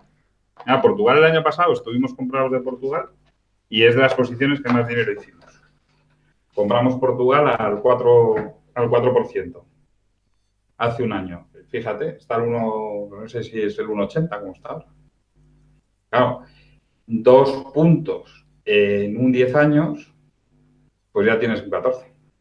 Claro, es que eso es lo que yo creo que el Un bono por 20 90%... cojones. Es que, claro, es que pillar eso es una delicia. Que sí. Ni tanto. A mí no me tienes que convencer. Pues, a mí me encanta, claro. Es decir, Claro, pero es que es súper curioso porque cuando la gente, yo creo que el 90% de los inversores particulares piensan en renta fija, la visión pues es, claro, o sea, es la de pues un bono que paga un cupón y que ahí ya no se hace nada más. Y claro, la cantidad, digamos, de policromía que esconde, digamos, la renta fija es brutal, o sea, de lo que se puede llegar a hacer y lo que varía, digamos, cada... Claro, eso que comentas es el punto un poco, y lo que yo en el podcast también, cuando dijimos de invitar a Rafael Valera, yo quería que se viera, porque yo, por ejemplo, en el punto que antes ha comentado Arturo, es que yo le entiendo totalmente, porque es que yo estaba ahí en lo que él comentaba. Yo necesito saber, pues, qué parte la tengo en fija, qué parte en variable, porque para mí, o sea, yo nunca había orientado la renta fija a la rentabilidad. Nunca, o sea, bueno, nunca, quiero decir, cuando comencé en esto siempre, pues tenía la renta fija. De hecho, preguntad a cualquiera, porque siempre estamos hablando aquí del pequeño inversor, pero otra vez volvemos más a este mundo a lo mejor endogámico donde estamos aquí todos. Preguntad, haced este ejercicio. Preguntad a la gente si piensa que la renta fija ya no es que sea fija, porque, o sea, vale, esto ya todo el mundo lo sabe, la renta fija no es fija, vale. Pero pensad que si suben los tipos de interés, el número de personas que piensa que si suben los tipos de interés, su renta fija va a ser mejor, es alucinante. O sea, ya para qué nos vamos a poner entonces a decir que el pequeño inversor, o sea, va a ponderar. O sea, yo por eso, por ahí van. Están en bonos flotantes. Claro, ¿no? Es que hay mucha gente que piensa que la renta fija son como sus depósitos, que cuando terminan, el siguiente depósito, cuando me lo hacen a más renta, pues el mío pues también va a aumentar.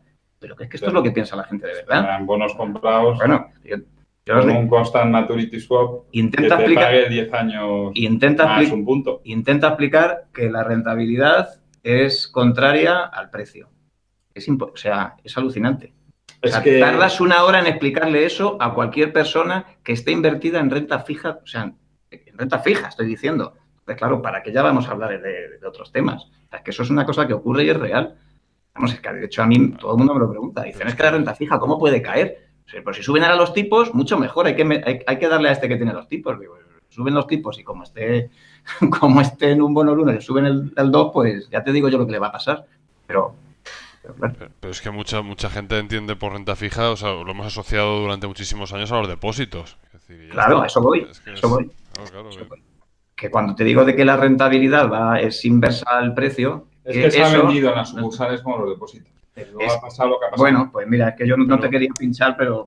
Fíjate, Rafael, cuando tú has dicho un tema antes muy interesante, cuando estabais comentando todo este tema. Yo, por ejemplo, pensaba muchas veces en mi padre, ¿no? Pues que ha sido pues toda la vida pues un ahorrador de depósitos. El hombre, pues no, alguna aventura que ha tenido pues cuando le colocaron algunas, pues eso, pues acciones de Endesa o de lo que fuera que Bancaja regalaba el libro ese de la luz de las imágenes, pues te puedes imaginar los argumentos que utilizaban desde la sucursal para que compraras una acción. Entonces, al final, es verdad que siempre pues han tenido, digamos, pues han sido ahorradores de IPFs y demás. Entonces, claro, el mundo visto desde un ahorrador que al final es una persona que no tiene que lógicamente pues tenía su profesión, se dedicaba y no tenía nada más.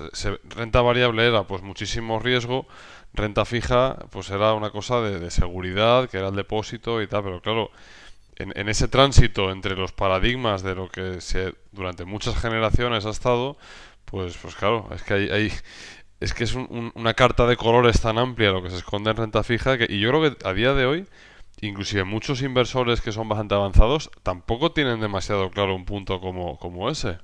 Lo tengo clarísimo. Vamos, de hecho, por eso me interesaba hacer un podcast con arreglo a esto. Porque hay mucha gente que muchas veces cuando hablas o mezclas algún tuit, bueno, o cuando hablas ya te encuentras con alguien, vamos, te quedas un poco sorprendido. Lo que pasa es que en el fondo piensa en ti mismo cuando tú eras cazador de depósitos, que yo también es que estaba ahí. O sea, en ese momento a mí si me preguntan en su día, pues claro, pues también hubiera dicho, hostias, esto funciona así. Pues claro, que tire la primera piedra. Claro, es que le ponen unos nombres, coño, renta fija, pues fija, es que claro, ella te lleva al engaño. A vencimientos fija, o sea, si nadie dice que no. Lo que pasa es que por el camino, pues ocurren cosas y hay un mercado secundario que intercambia precios. Claro, pues bueno, pues hay que explicarlo. Yo, Rafa, sí que te quería preguntar una cosa. Algunas veces sí te he visto algún vídeo tuyo en los que soléis aventurar incluso rentabilidades porque os parece, vamos, renta fija o renta flexible, más o menos lo podéis un poco medir con arreglo a cómo se muevan las primas o un poco en eso. Sí, pues tú te la podrías jugar a decir dónde va a estar el renta fija normal de aquí a 2 años o dónde va a estar el flexible ahora. No. O sea, no sabes si va a estar positivo o negativo, o sea, aunque no digo rentabilidad, digo hasta incluso más abajo o más arriba. En el de renta fija pura vamos a intentar siempre preservar el capital lo máximo posible, tratando de conseguir algo de rentabilidad. Pero entre conseguir rentabilidad o preservar el capital, preservamos el capital, sobre todo en este periodo de 18 meses. De hecho, ahora mismo tenemos un 14% en liquidez. Que dices, pues nunca hemos tenido un 14% en liquidez. Es cuando más liquidez tenemos.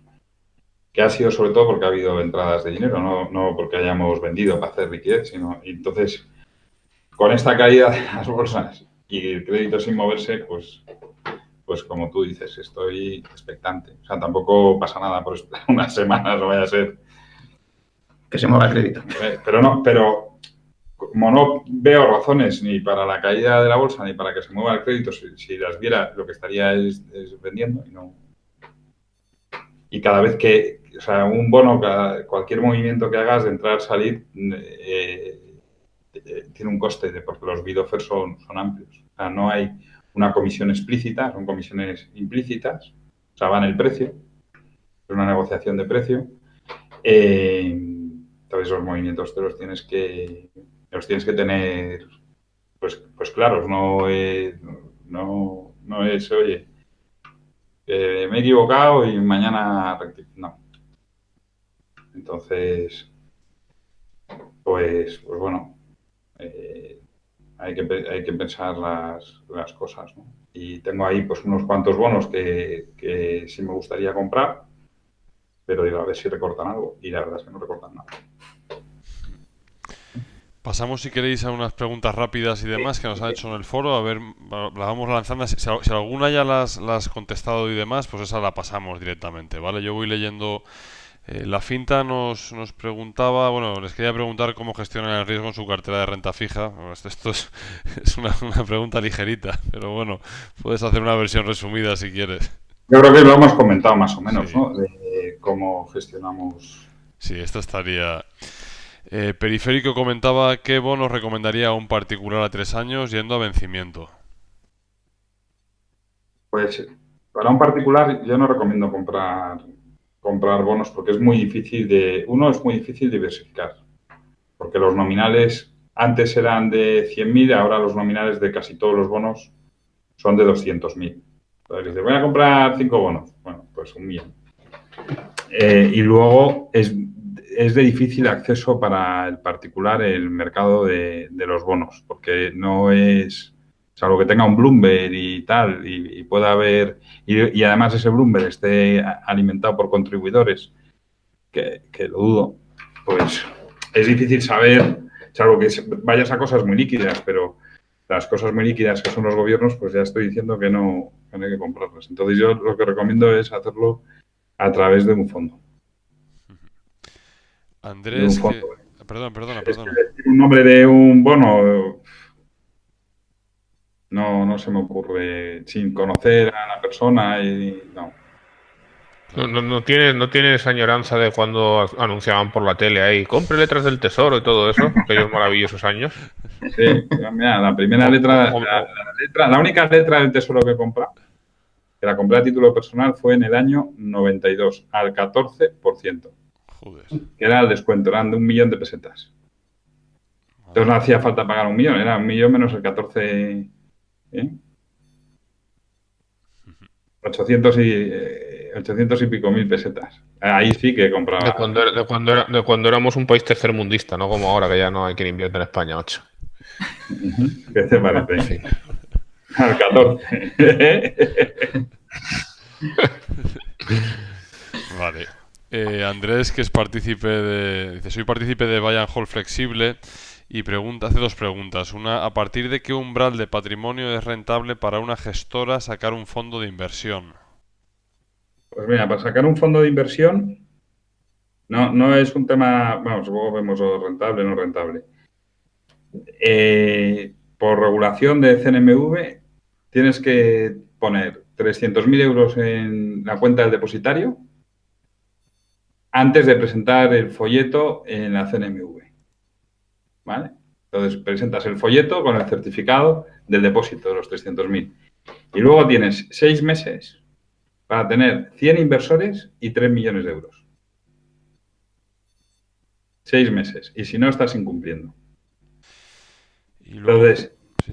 ¿Hay mariachis? ¿Hay mariachis para esto?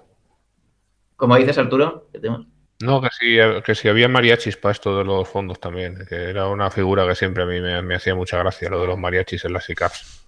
de los fondos, nosotros no tenemos mariachis.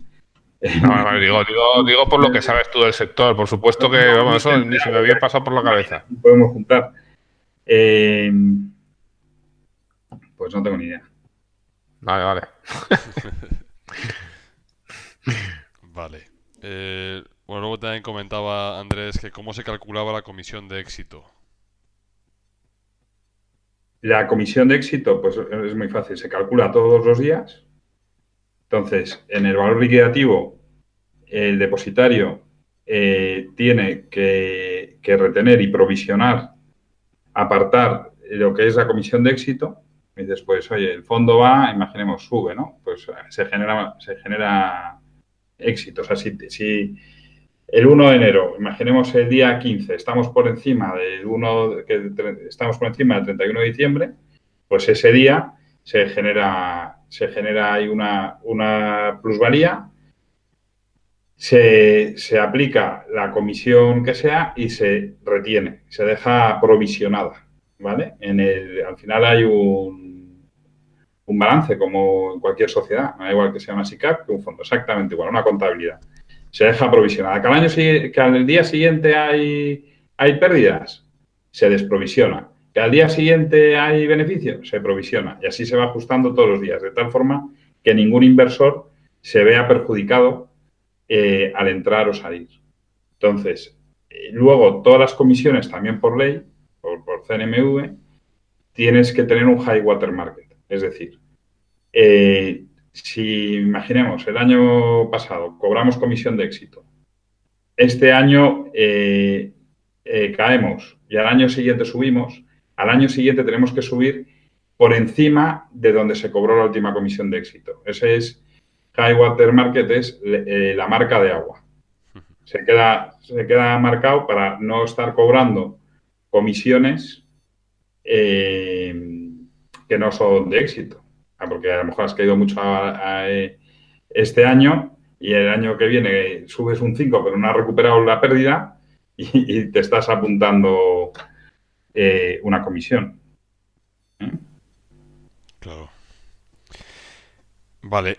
Pasamos a una pregunta también de Escribe que dice: el índice de rotación de los fondos de Buy and Hold era de los más altos entre los fondos value españoles, según datos del primer semestre de la CNMV, lo que parece chocar con el espíritu que está en el nombre de la gestora. Recuerde, Marcos, que teníamos esta cuestión pendiente. En cuanto a rotación, ¿qué podrías decirnos de...?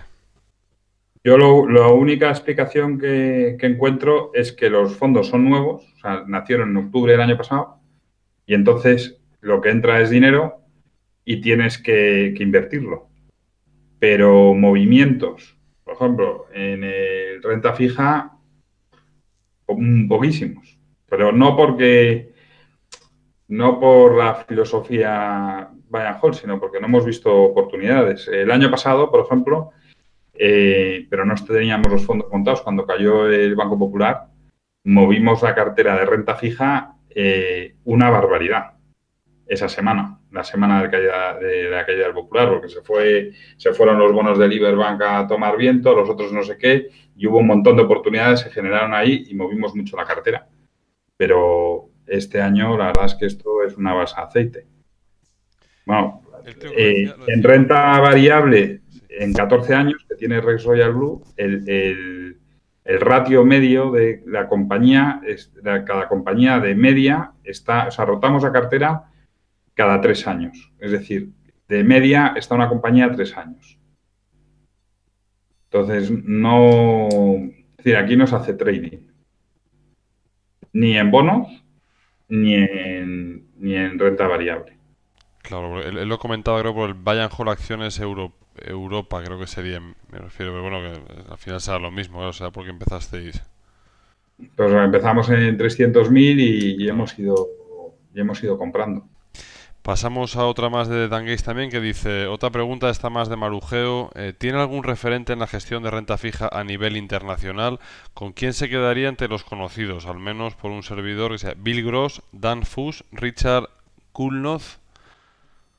Pues mira, un fondo que seguí, que me parece que son muy buenos o que hace tiempo ya que no los veo, pero que sí que me gustaba mucho era el de Invesco.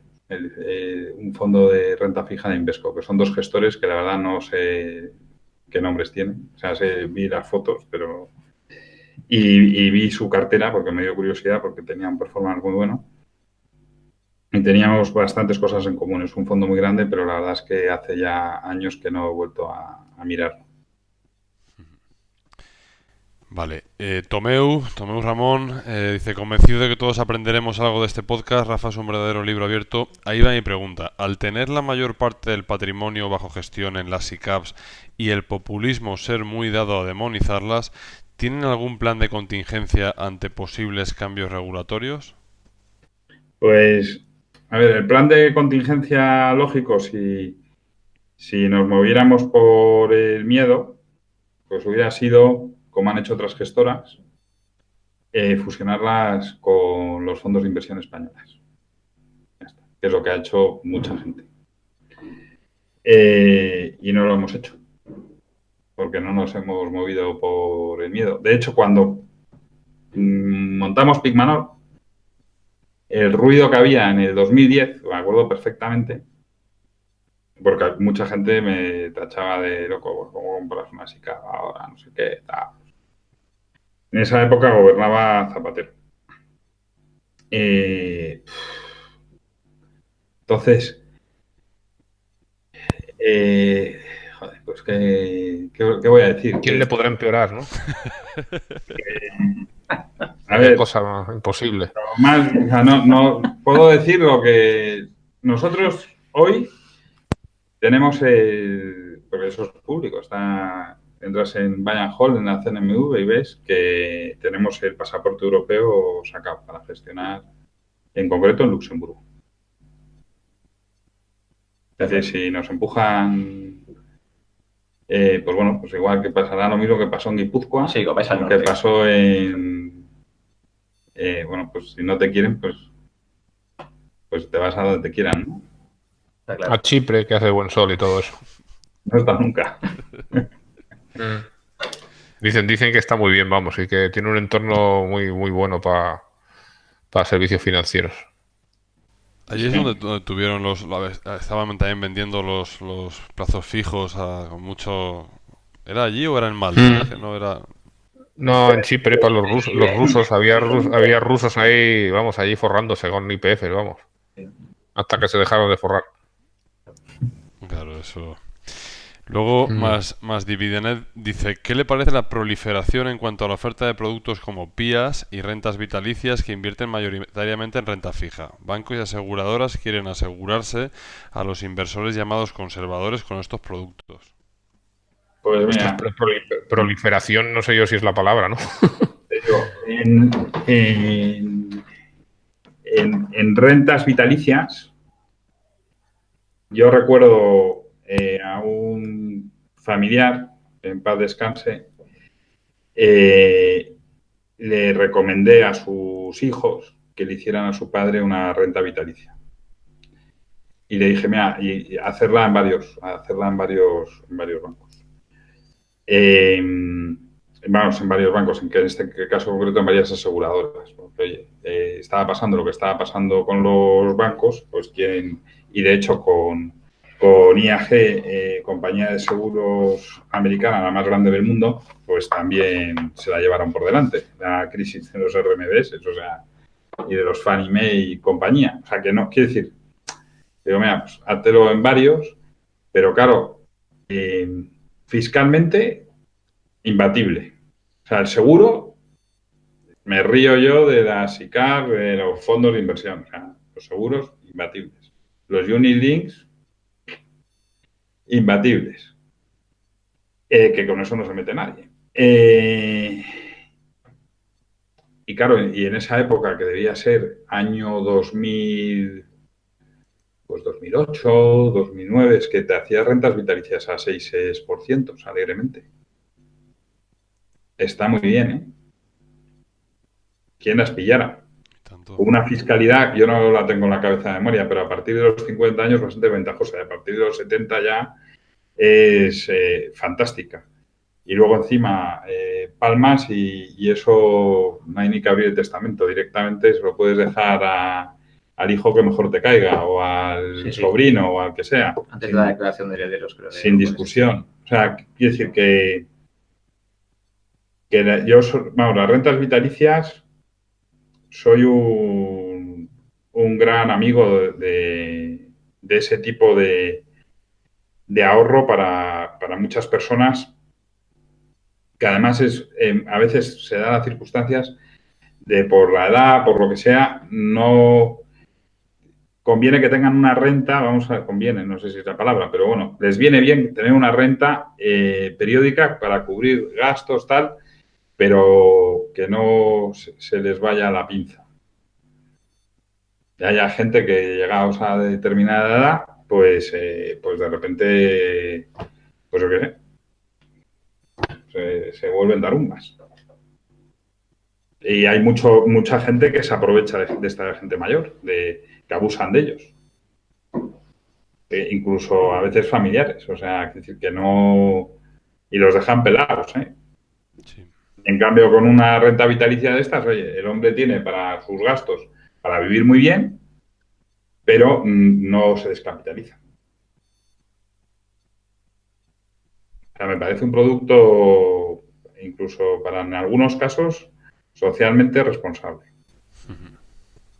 Sí, es que es un punto de vista. Es así. Y muchas veces los bajes sí que es verdad que no tienen demasiada. No sé, Bueno, es que ahora con los tipos como están, pues, te deben dar miseria y compañía. Entonces, ahora yo no me arrimaría. Igual hay alguna mutua que da tipos todavía, yo qué sé, porque tienen cartera comprada.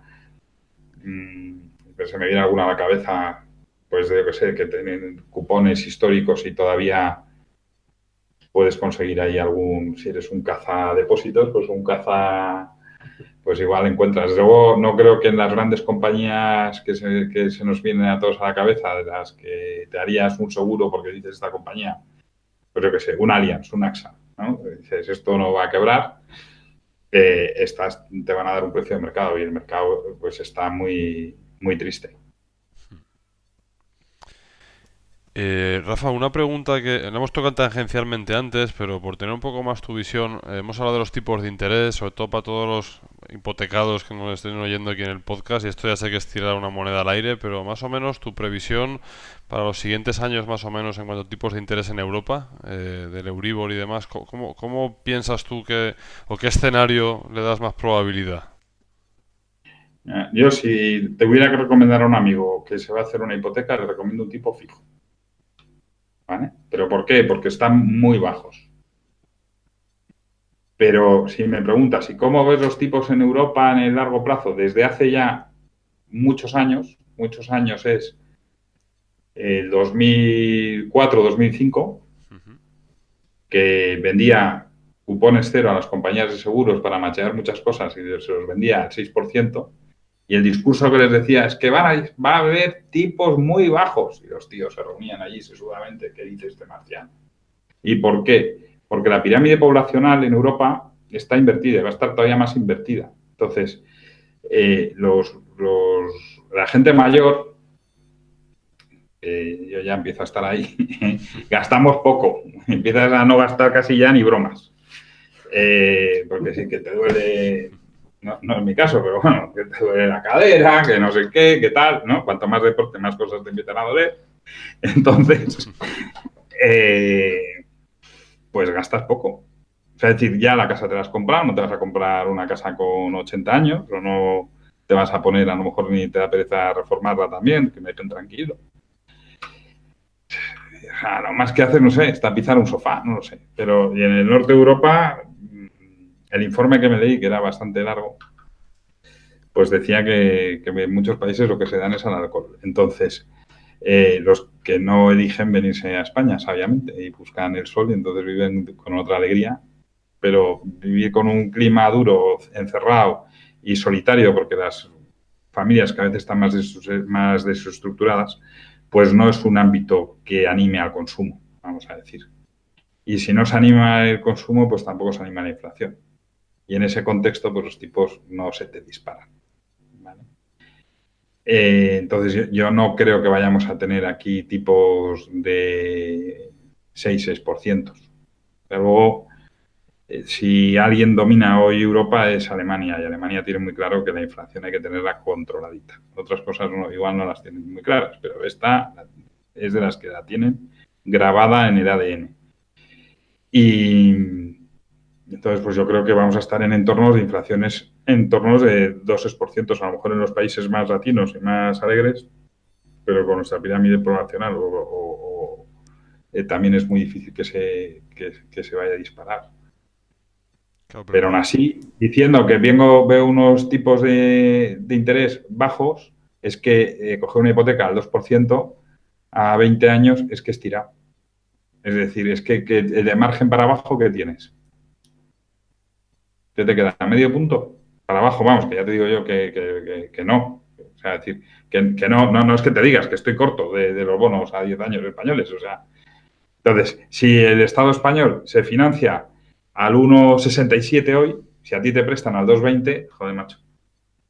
No sé, quiero decir, entre el Reino de España y un ciudadano del Reino de España, pues no sé, me parece mejor garantía la del Reino de España que la del ciudadano. Bueno, también, depende del ciudadano, ¿no? Del ciudadano que pide hipotecas. Me refiero. El Reino de España está claro, ¿no? Vale, y bueno, yo tenía otra pregunta más también, que era un poco, o sea, ¿cómo ves tú todo el tema? Porque la inversión pasiva y pues eso, con esta irrupción también que hay, que sigue siendo todavía muy minoritaria, pero como gestor, digamos, activo, también cómo veis eso que te había comentado muchas veces Buffett y bueno, ¿tú cómo lo ves, ¿no? O sea, ¿cómo ves el tema del aumento que va habiendo progresivo de la gestión pasiva? Pues que es muy sensata, que tiene mucho sentido. Al final, si tú piensas que el mundo va a crecer a lo largo y que el mundo va a avanzar a lo largo de los siglos, pues te compras el MSCI World y te olvidas. ¿Cuánta gente hace eso? Pues no lo sé, yo creo que poca. ¿Que es una buena inversión? Sin lugar a dudas. Si eres un friki de esto, un friki o un tío ya un poquito que le pides a la vida algo más, pues te buscas un gestor que pienses que va a batir a los índices. Y si tú además pues dices, no, y además es que mi universo es Europa porque no pienso irme a vivir a Estados Unidos o a vivir a otros sitios, sino que voy a vivir más bien en Europa y voy a gastar en euros, pues si te encuentras alguien que te bata al Eurostock 600 con dividendos en 1 o 2 puntos, eso lo pasas a interés compuesto a 10 años y verás que es en torno a un 80% más de ganancia. Y dices, coño, pues venga. Pues por si las moscas, bueno, pues no sé si por si las moscas, pero sí. Pues dices, pues oye, pues me cojo 1, me cojo 2 gestores o 3 que piensen que van a hacer esto, pero no está reñido. Yo no veo incompatible lo activo con lo pasivo, ni cada uno es dueño de elegir. Claro, no, es una muy buena visión. Y ya la última pregunta que tenía yo, o sea, bueno, yo pues he leído también bastante de Michael Lewis, el del póker del mentiroso, y también la época un poco de Drexel, Burnham, donde salió también Leon Black y todos estos de los private equity, que en toda aquella época, pues todas las barbaridades que se han ido haciendo, inclusive en 2007, con todos los bonos yonkis estos, y ¿tú ves que se sigue, o sea, que se continúa esto repitiendo y que volveremos otra vez a que al final es aquello de que esta vez es diferente, pues volverá a pasar de nuevo y ves en cualquier caso que algo que te preocupe especialmente con eso o realmente cuál es tu visión sobre... A ver, la vida y los errores de los humanos los repetimos, pero es que lo tenemos tan cerca y la regulación es tan anti esto que puede estar pasando con los gobiernos. Puede estar pasando que lo que hoy los bancos de inversión, que quedan 4 y con unos libros escuálidos al lado de los libros que había antes, ahora consume capital todo, todo está computado, todos son riesgos y todos parametrizados y todos tienen un consumo de capital, pero o sea, hasta los procesos operativos consumen capital y en función del número de errores, todo está parametrizado. También me da la risa porque los aviones también se terminan cayendo y está todo también súper parametrizado. Pero bueno, indudablemente hay mucho más control que antes. Y encima hay muchos menos jugadores que antes. Con lo cual, hoy tenemos unos mercados mucho menos líquidos también que antaño.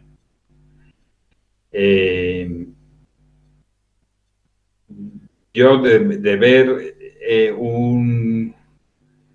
un apalancamiento desorbitado y no sé qué, es más bien por el lado de los bancos centrales, que al final están financiándonos de forma artificial. Hemos salido en buena parte de la crisis, o en muy buena parte, imprimiendo dinero y comprando deuda pública.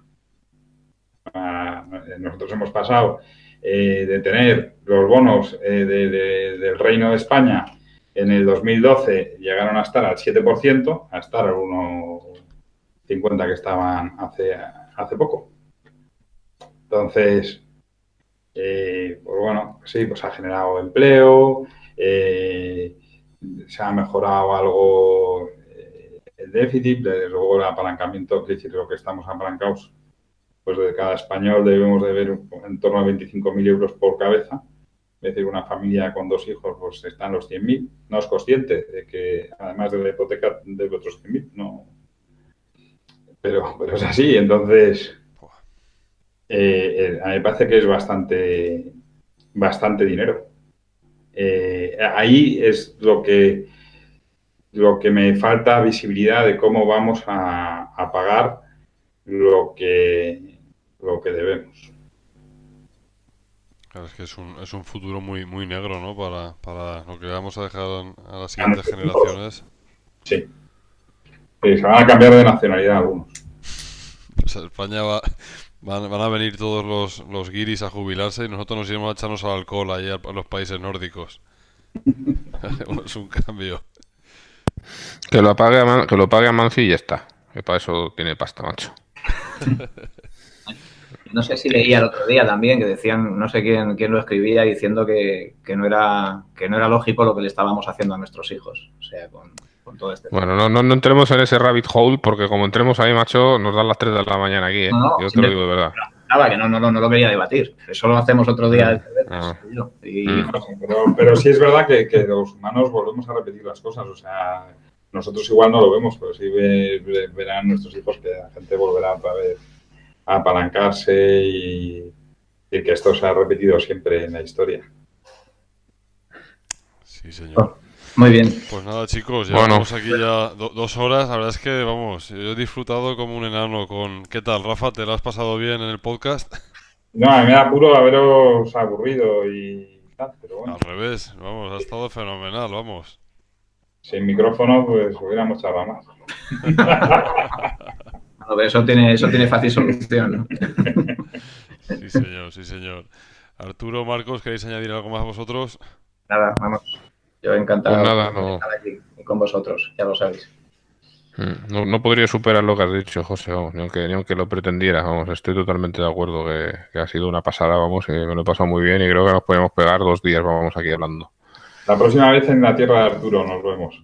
Eso es Eso verdad, es. es verdad, que esa la tenemos pendiente, sí, señor. Mucho mejor que esta mesetaria. Y tomaremos Muy ahí bien. una cervecita. Pues nada, muchas gracias a todos y nos vemos pronto. Un abrazo. Venga, un abrazo, Hasta luego. hasta luego.